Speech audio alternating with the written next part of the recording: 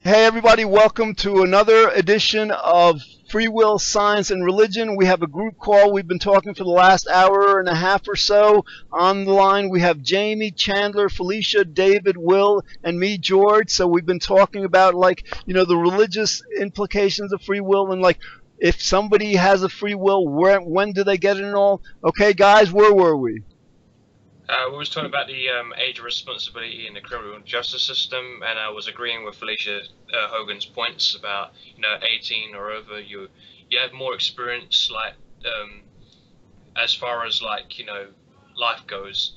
But the point remains, during your adulthood, you have as much free will as you did when you were a kid, which is zero.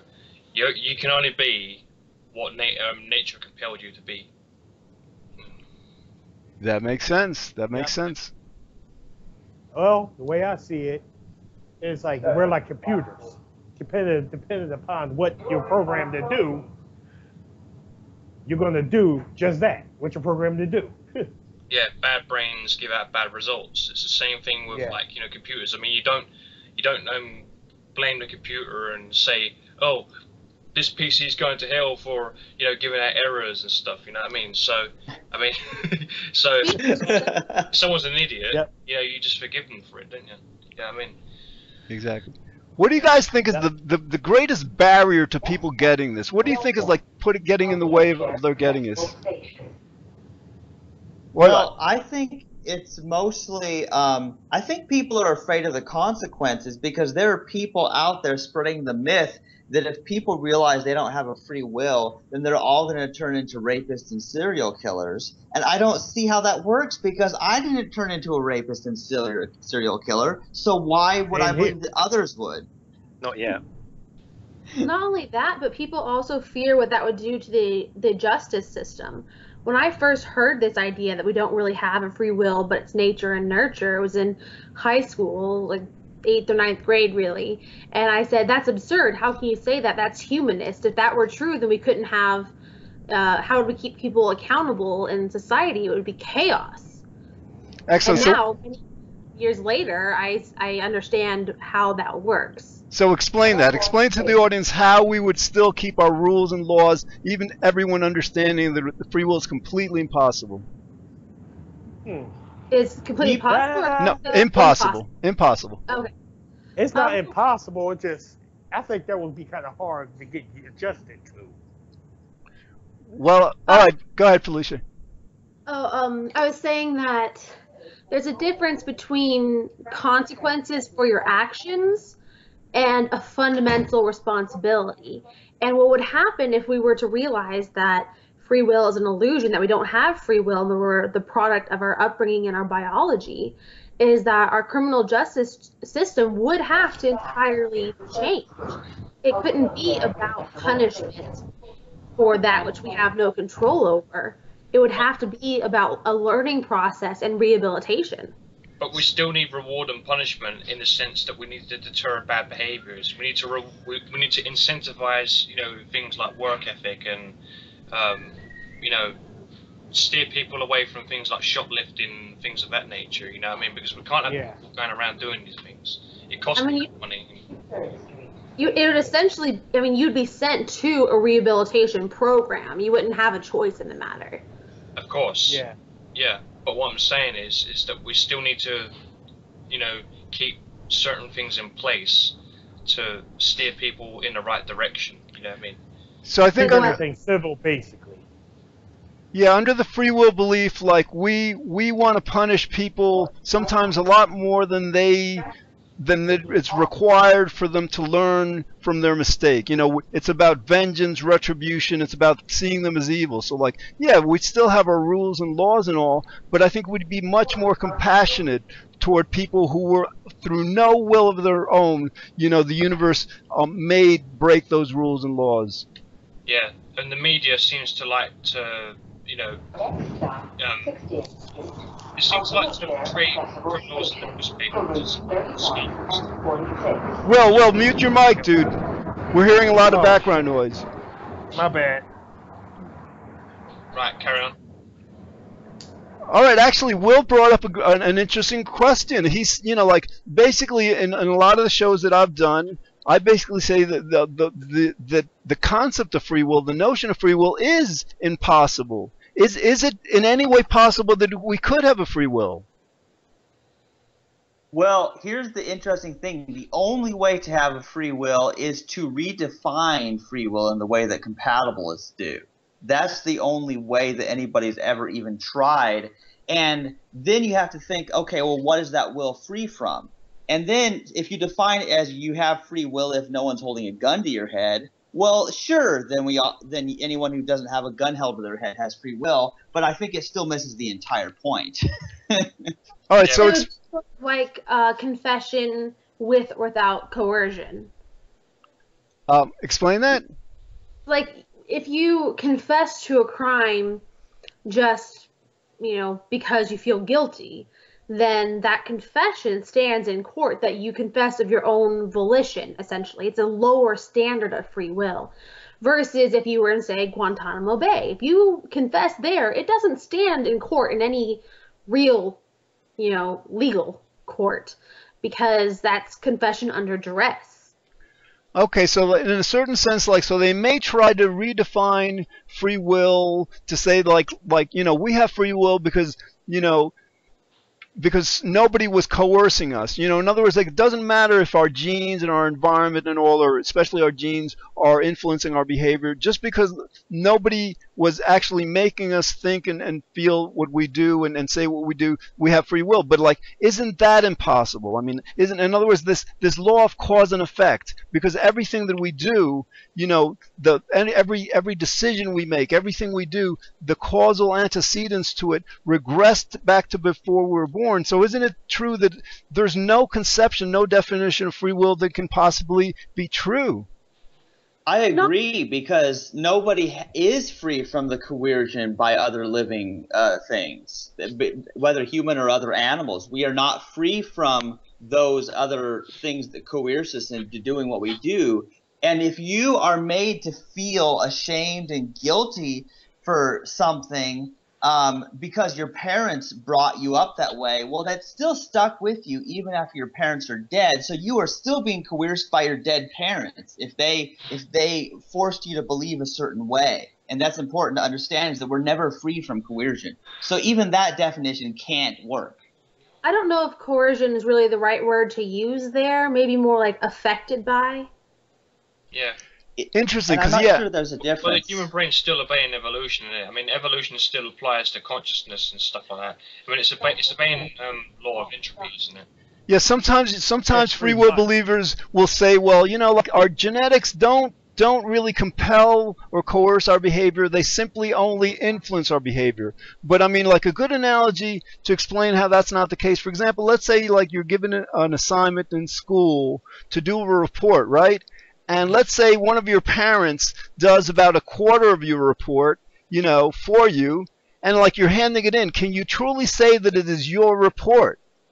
So in that same way that you'd be dishonest, it would be plagiarism, whatever it is, to claim that your work is yours if one quarter of it wasn't it. Isn't it the same that we can't claim we have a free will if we have this unconscious that's constantly, working? We're not even know it's there. No, in other words, the unconscious or genetics don't have to be completely determining our behavior to negate, our free will. So what you're saying, someone who sits a maths exam, right? Are you saying that their subconscious is doing the, calculations for them? Well, yeah. In other words, our unconscious, think about it. Our unconscious is awake all the time. We go to sleep and our conscious mind, goes to sleep, whatever. But our unconscious is operating 24/7. And think about it. Our unconscious is where all our memories are stored, where all our thoughts, our words are stored. And it's also if we're unconscious of this place where all our memories are, whenever we make a decision, then the processing of that decision has to be made by the unconscious, because that's where all the principles for deciding are, and that's where all the memories by which we decide must be. So in actuality, what happens is, like, we don't actually make any conscious decisions at all. Our unconscious makes these decisions, and then we become aware or conscious of what our unconscious has decided. Yeah. I understand that thoughts are not up to us, because when we go to sleep, sometimes we dream or have nightmares. I mean, who would choose to have nightmares? I mean, if you were like getting chased by someone who was about to stab you in a nightmare, right? Obviously, you got to run away. You're not gonna, stand there and let it happen to you. I mean, in your nightmares, Unless you're a right? masochist. Yeah, in your nightmares, you get the impression that it's real, didn't you? Sometimes it's real to you, and that's why it's so scary. Yeah, I think it needs to be pointed out. I'll have to talk to y'all later, because I'm about to head underground. All right, good talking to you, Will. All right, thanks, Will. I will. All right, you stay safe. Yep, you too. You too. Yeah. I think it needs to be pointed out that aside from the fact that we don't get to choose our genetics, our DNA and all that, and we don't get to choose all the things that we're taught all the whole time growing up, and all the different things we experience every day, that whether you say it coerces or it influences, even though I don't think there's much of a difference between those two, and aside from the whole unconscious thing, which is true. But there's another thing to point out, like Felicia mentioned, she doesn't change the chemical levels in her brain, the serotonin and dopamine. She can't just do some action to make that go up or down. And so we still don't have the type of control over our emotions and how we feel about things to be responsible in the way that people typically think you are responsible. You know what I'm saying? Exactly, and when we go to sleep at night, when we go to rapid eye movement, that's what it's called, REM sleep, right? That's when we're dreaming. We don't choose what our dreams are, which are based on what we remember. Now, that's what our dreams are based on, aren't they, George? They're based on what our stored memories. Absolutely. David, what do you think is the strongest refutation? There's various ways to refute free will. What do you think is the strongest refutation among them? What about the experiments done by was it Benjamin Lebet? Okay, do you want to describe them?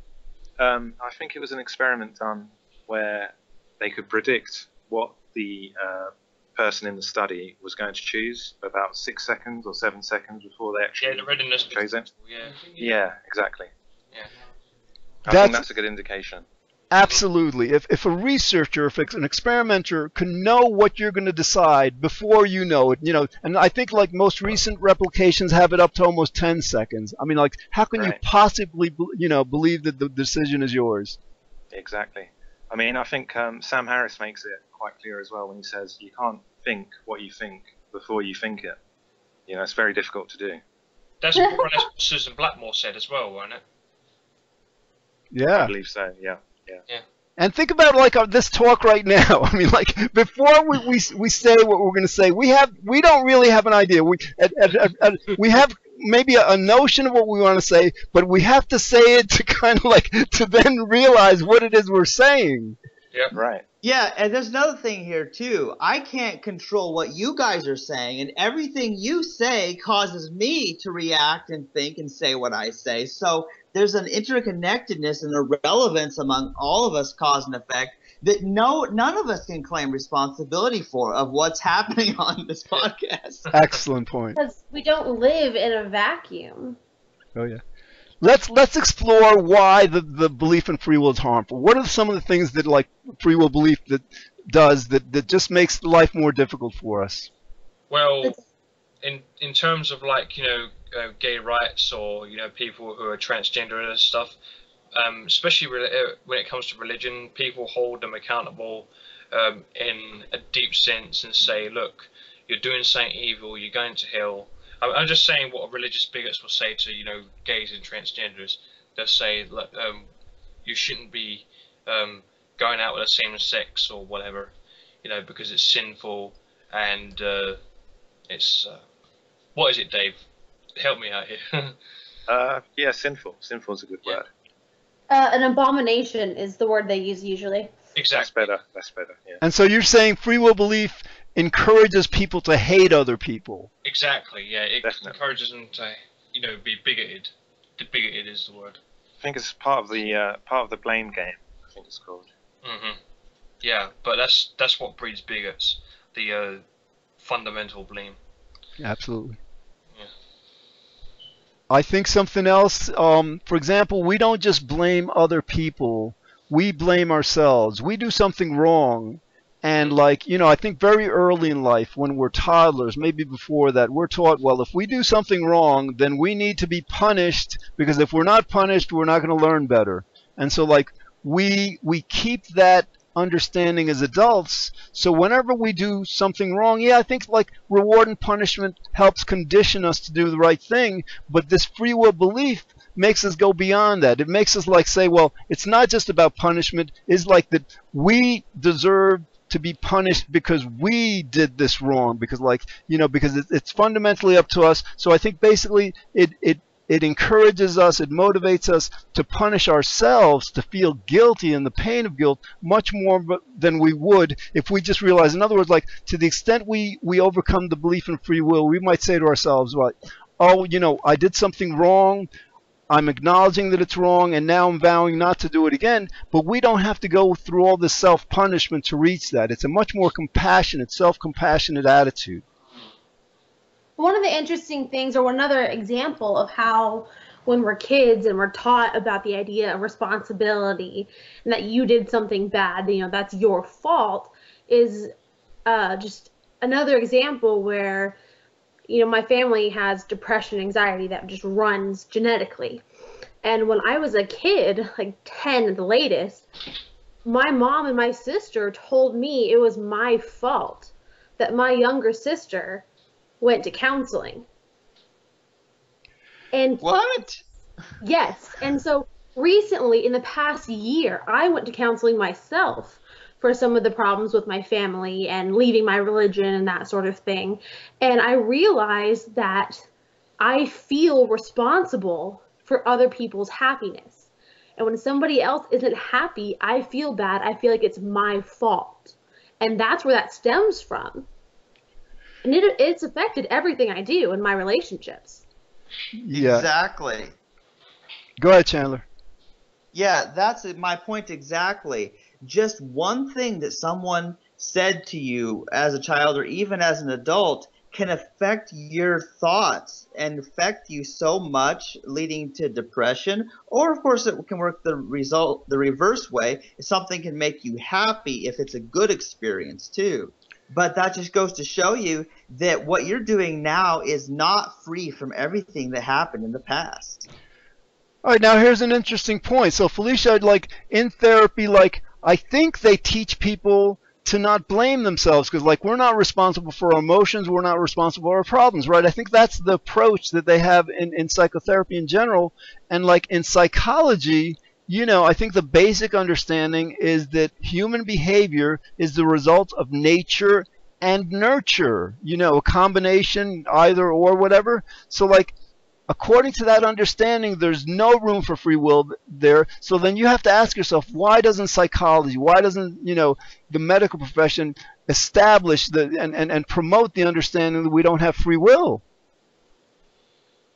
I'm kind of surprised they haven't yet, considering all the studies they've done on the brain and on the brain of people with mental disorders like anxiety, depression, bipolar, psychopathy, is that you can actually see differences in the brain development for the people who have disorders. Exactly.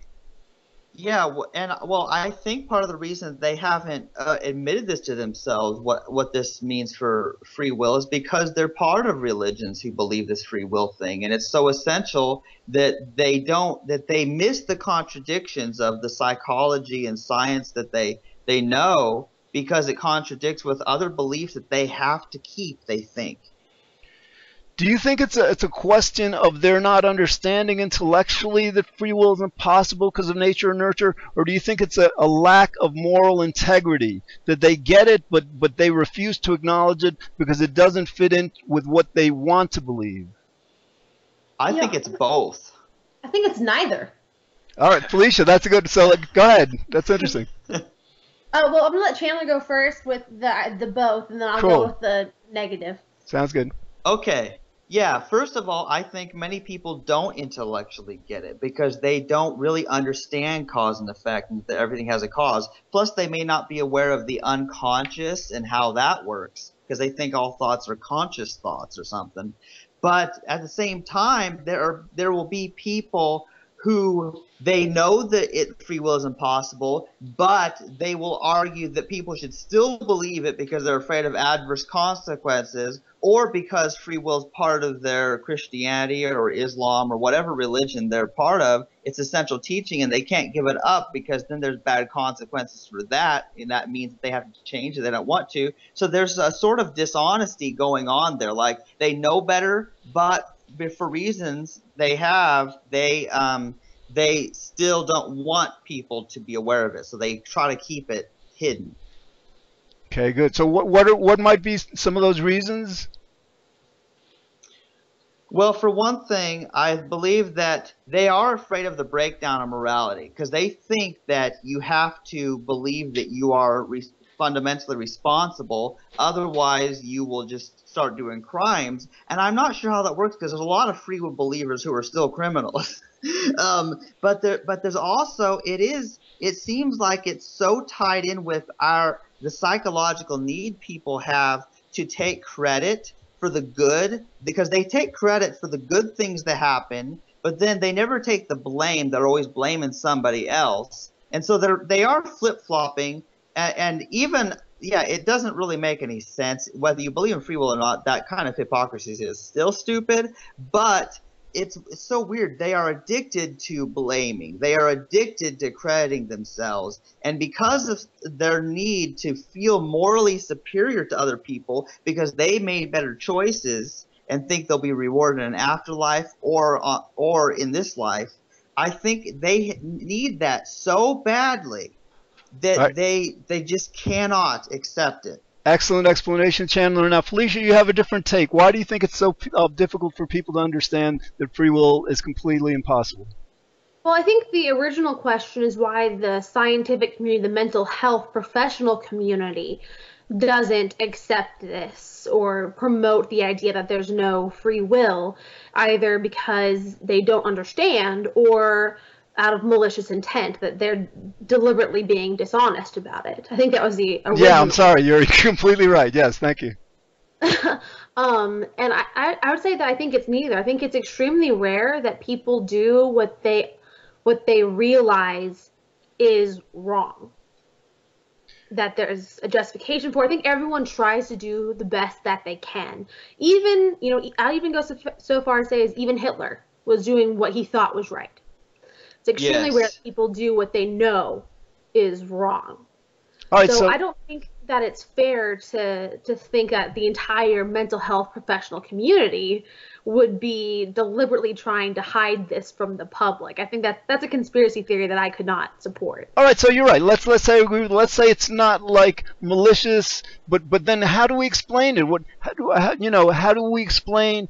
For us, it's relatively clear that free will, that we don't have free will. Why is it not as clear to them? I don't know that's necessarily not as clear to them, to be perfectly honest, as the mental health community as a whole. I mean, we see tons of articles and studies on this sort of thing that, some of us here have read, or at least read about, that has led us to make the change in our philosophy. But the thing is, though, that these people are not philosophers. It's not necessarily their job to interpret this information as far as how people should be applying it to their everyday philosophy of life. That's, the job of philosophers. And honestly, how many Americans read scientific studies? How many? Okay. I mean, come on. So all right. I don't think that community, it's the rest of us, the rest of the people who aren't reading this stuff.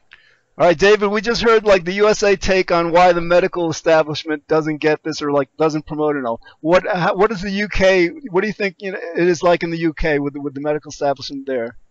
David? I would say this quite apathetic towards the idea. Really, they just don't care as far as I can see. And the ones that do care tend to just play the blame game. Okay. We've got media over here. It basically criminalizes being poor. And so at the moment, if you're poor, if you're fat, if you're taking any kind of a benefit system from the government, then people have been influenced to blame those people. So they don't consider why those people have been put into that situation. All they do is say, you have free will, you could have done otherwise. And so that's it, you're responsible.